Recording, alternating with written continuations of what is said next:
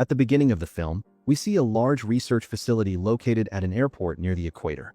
This facility is conducting genetic research on new dinosaur species, and they are trying to create more powerful and ferocious hybrids.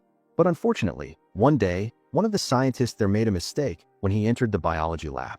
He didn't realize that the chocolate cake crumbs he was eating had fallen into the lab. Unfortunately, they short-circuited the electronic door, causing it to be unable to close. Not only that, but this incident also affected the entire control and computer system, causing all the dinosaur enclosure doors to swing wide open. A state of chaos began to spread everywhere. All the staff fled, but that scientist was trapped inside. His colleague tried to open the door for him, but when she saw a strange and ferocious hybrid dinosaur rushing towards them, she backed away. He begged her to open the door, but she refused. Suddenly, the dinosaur attacked and ate him alive right in front of her. 17 years have passed since that accident, and 32 years since the dinosaurs were resurrected. Now, people no longer visit dinosaur parks because the unsuitable climate makes them weak or die. However, a few dinosaurs have created their own world around the equator, where humans are forbidden to go due to the danger. Later, a dinosaur caused a traffic jam when it escaped from a zoo. At this point, we meet Zora and Martin. Zora was a former Special Forces soldier, and Martin sought her out because he needed her to collect blood samples from dinosaurs for use in producing medicine. The problem is that they have to violate numerous international treaties and laws to get to the dinosaur area. Martin says the company chose Zora because they know she will complete the mission, but Zora refuses and gets out of the car. Martin chases after her, saying they intend to use these samples to cure heart disease. She tells him, "Don't even try to soften me up with those words." Martin then says the company will pay her $10 million. Hearing that, she replies, "Assemble the team now." They begin to form a team. The first person is the dinosaur scientist Henry, who works in a museum. Martin introduces Zora and says Henry is the one who can extract a drug that can extend the lives of heart patients by 20 years. A drug that could have saved Zora's mother, who had recently died from that disease. Zora says that doesn't move her. Martin continues to explain that they need to get samples from the three largest dinosaur species: the sea-dwelling, the land-dwelling, and the flying kind. Most importantly, the samples must be taken while they are alive. Henry strongly objects, but Martin convinces him that he will be paid very generously and will also have a once-in-a-lifetime adventure seeing dinosaurs in their natural environment. Finally, Henry agrees. Next, they find the mercenaries Zora has chosen. The first is Duncan, who initially refuses the mission, but Martin manages to persuade him with money. He points to a location on the map and says there will be no police because no one is foolish enough to venture into the dinosaur area on their own.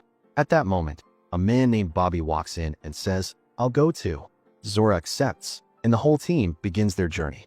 They arrive at the ship where Duncan's assistant pilot joins the group. Martin says they have bought data to locate the sea dinosaur. Zora asks why the dinosaurs are only around the equator. Martin explains that the climate there is warm, similar to their ancient climate. But he also warns that the dinosaurs there are wild and ferocious from having lived independently for many years. Our mission is to get 3 blood samples without any incidents.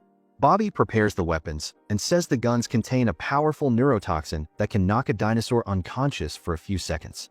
Then, Henry introduces a special gun for taking blood samples. When enough sample is collected, the dart will automatically deploy a parachute and fall gently to the ground. It is important to shoot from a distance of 10 meters because dinosaur skin is very thick. Everyone likes the idea but objects when they learn that Henry himself will be using the gun. In the end, they decide to let Zora be the shooter. At the same time, a family is on a boat trip. Suddenly, a sea dinosaur that Zora's team is looking for appears and collides with their boat, nearly capsizing it. Luckily, everyone narrowly escapes death. The father, Reuben, jumps down to check and discovers the boat is badly damaged. As soon as he gets back on deck, the sea dinosaur returns and rams the boat again, causing it to flip over. Xavier is trapped inside. Reuben shouts, telling Xavier to get the first aid kit, which contains flares and a radio. Xavier manages to get the bag, even though the boat has started to sink. He kicks hard at the window until it breaks, and then swims out. Reuben is the first to surface while Teresa worries about her fiancé. A moment later, Xavier also surfaces, and she is relieved. But suddenly, the sea dinosaur returns and charges. Xavier panics and swims as fast as he can, reaching the lifeboat just before it catches him. The next morning, Duncan hears a distress signal from Reuben's boat. He immediately informs the team that he is going to rescue them. Martin objects, saying they have a primary mission. The group splits into 2 factions. one wanting to continue getting the sample, the other wanting to save people. In the end, Zora and Duncan decide to go to the rescue despite all dangers. When Reuben sees their boat, he fires a flare to attract their attention. Duncan and Zora quickly steer the boat to rescue them. Once safely aboard, Reuben recounts the encounter with the sea dinosaur. Duncan scolds Reuben for taking his children on such a dangerous trip. Reuben replies that he had no idea there were dinosaurs there. Henry explains that the dinosaurs attack boats because they think they are enemies. Reuben asks what everyone is doing here. Zora explains that her team is hunting dinosaurs to collect blood samples. Before she can say more, the dinosaur appears on the radar again. Zora and her team immediately take action. She stands firm at the bow, holding the sampling gun, while Henry comes to assist.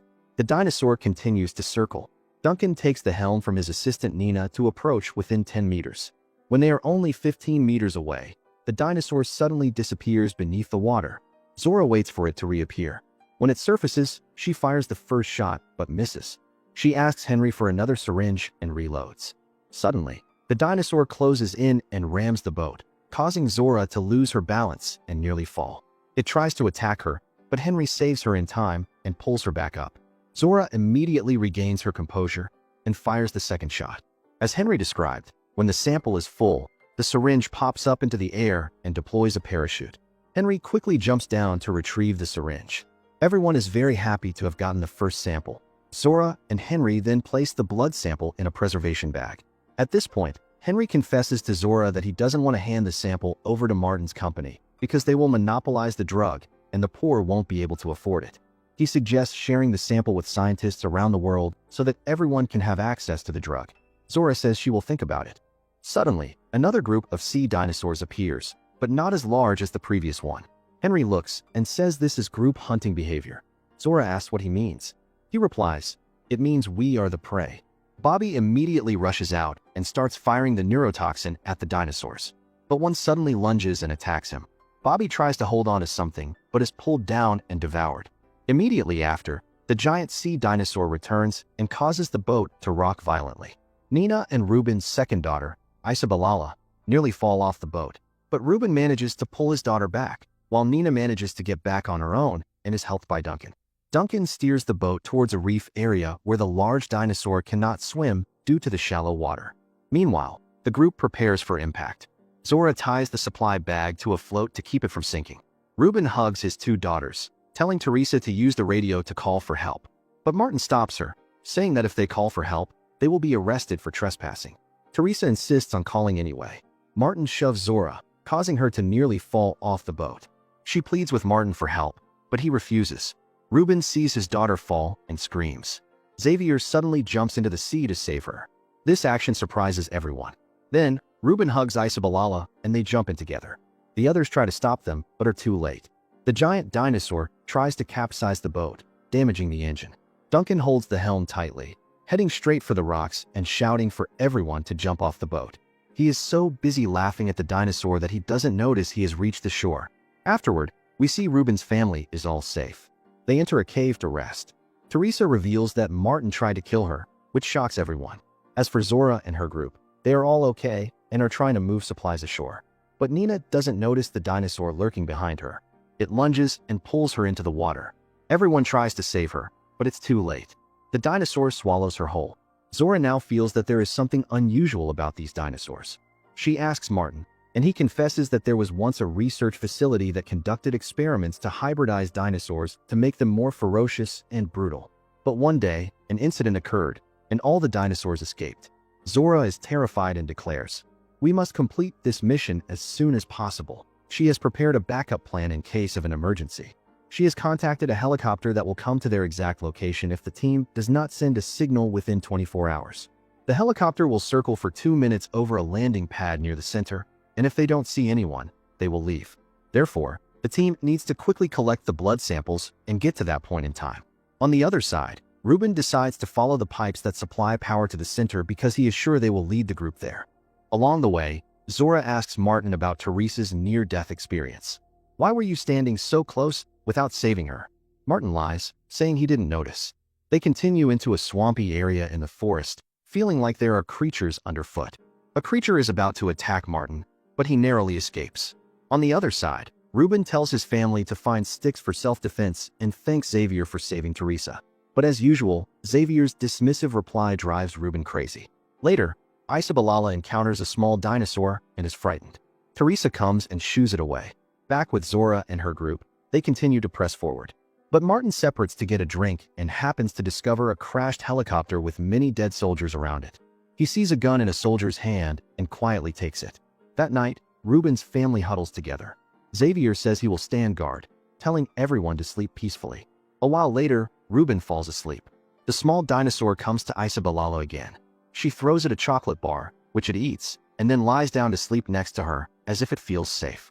While Xavier is relieving himself, two predatory dinosaurs appear. One is about to pounce on him, but a flying dinosaur suddenly swoops down and eats the other one, scaring Xavier to death. The next morning, Zora and her team reach the valley of the giant land dinosaurs.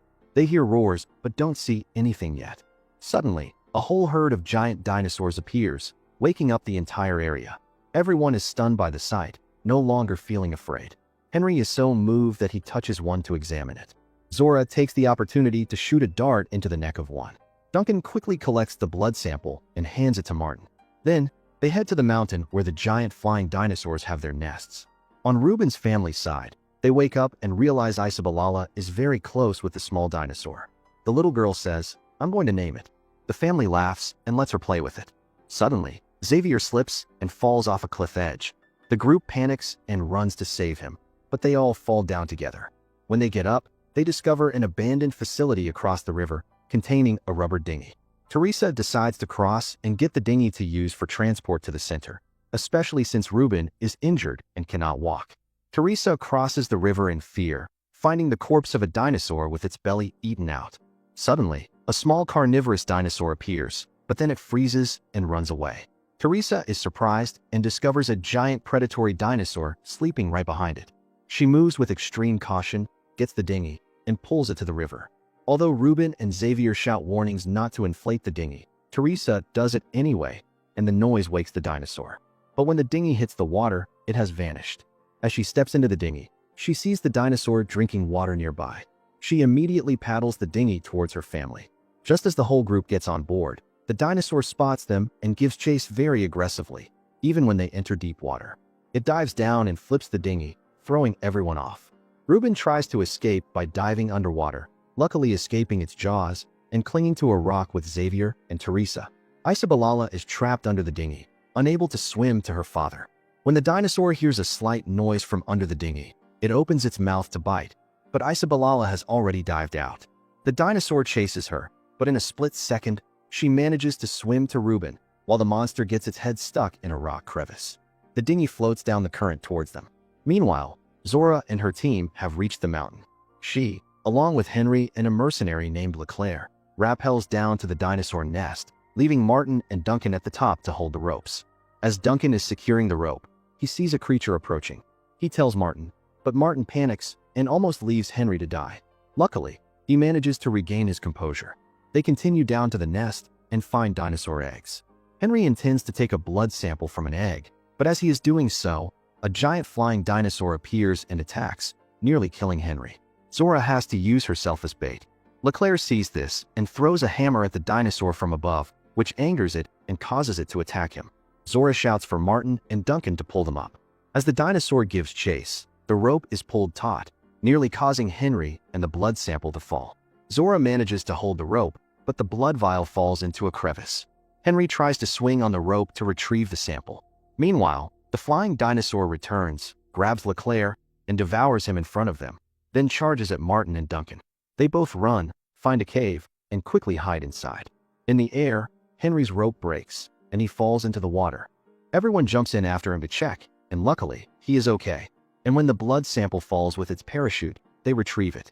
Thus, the team has completed all 3 blood samples they needed and decides to return to the center as quickly as possible. By late afternoon, Ruben and his family have reached the center. They go inside to look for any communication equipment. Not long after, Zora and her team also arrive, but don't see Ruben's family anywhere. Zora spots footprints and knows they are inside, so she calls out until the 2 groups meet. At this point, Teresa exposes Martin, revealing that he left her for dead. Martin immediately pulls out a gun, threatening that no one should touch him, and then snatches the bag of blood samples from Zora's hand after threatening to shoot her. In the midst of the argument, Ruben's daughter screams for everyone to be quiet. There's an announcement about dinosaurs in the vicinity. Suddenly, the generator starts up, the whole facility lights up, and loud music blares. Zora warns that the dinosaurs will come because of the noise and that they must hide immediately. But before they can hide, two extremely ferocious hybrid dinosaurs charge in and attack. Everyone scatters to escape. Ruben's family runs into a supermarket and closes the door. Martin hides under a car, while Henry and Duncan go into a lab. One dinosaur chases Zora, forcing her to hide under the car with Martin. Martin shoots at it but misses, which enrages it. It grabs the bag of blood samples and slams him to the ground. Martin crawls back under the car. The dinosaur breaks down the supermarket door and chases Isabalala, but she hides in a display refrigerator, using her backpack to block its view. Ruben distracts it by throwing a piece of metal, helping Isabalala escape, but accidentally makes a noise. The monster turns back to pursue the whole family. Ruben opens a manhole cover, and the family climbs down, closing it behind them. Meanwhile, Duncan discovers a sewer pipe that leads to the sea, where there is a dinghy that could be an escape route. Henry is still trying to figure out how the hybrid dinosaurs were created, oblivious to his surroundings. They hear a helicopter, and Duncan runs out to signal it. Henry also fires a flare, which the pilot sees and turns back. But Henry doesn't know that a giant hybrid dinosaur is approaching. Zora and Martin are now trapped, but Martin sees the car keys on the gas cap, immediately starts the engine, and drives off. Zora finds herself exposed to the dinosaur and runs to hide in the bushes. Just then, the dinosaur hears Ruben's family in the sewer and rushes down after them, and Zora decides to follow to save them. Henry is about to head for the helicopter, but the dinosaur jumps up and destroys the aircraft, sending Henry running for his life. He meets up with Duncan. They both run down the sewer and meet Ruben's family. Duncan informs them that he saw a dinghy nearby and plans their escape. Just as they are about to leave, Zora appears, firing her gun at the dinosaur following them, killing it and saving everyone. Zora says they must get to the dinghy immediately. If Martin gets there first, he'll leave us behind. The group runs to the end of the tunnel, but the gate is locked. The control panel is on the other side. Everyone tries to squeeze through the gap in the gate, but can't fit.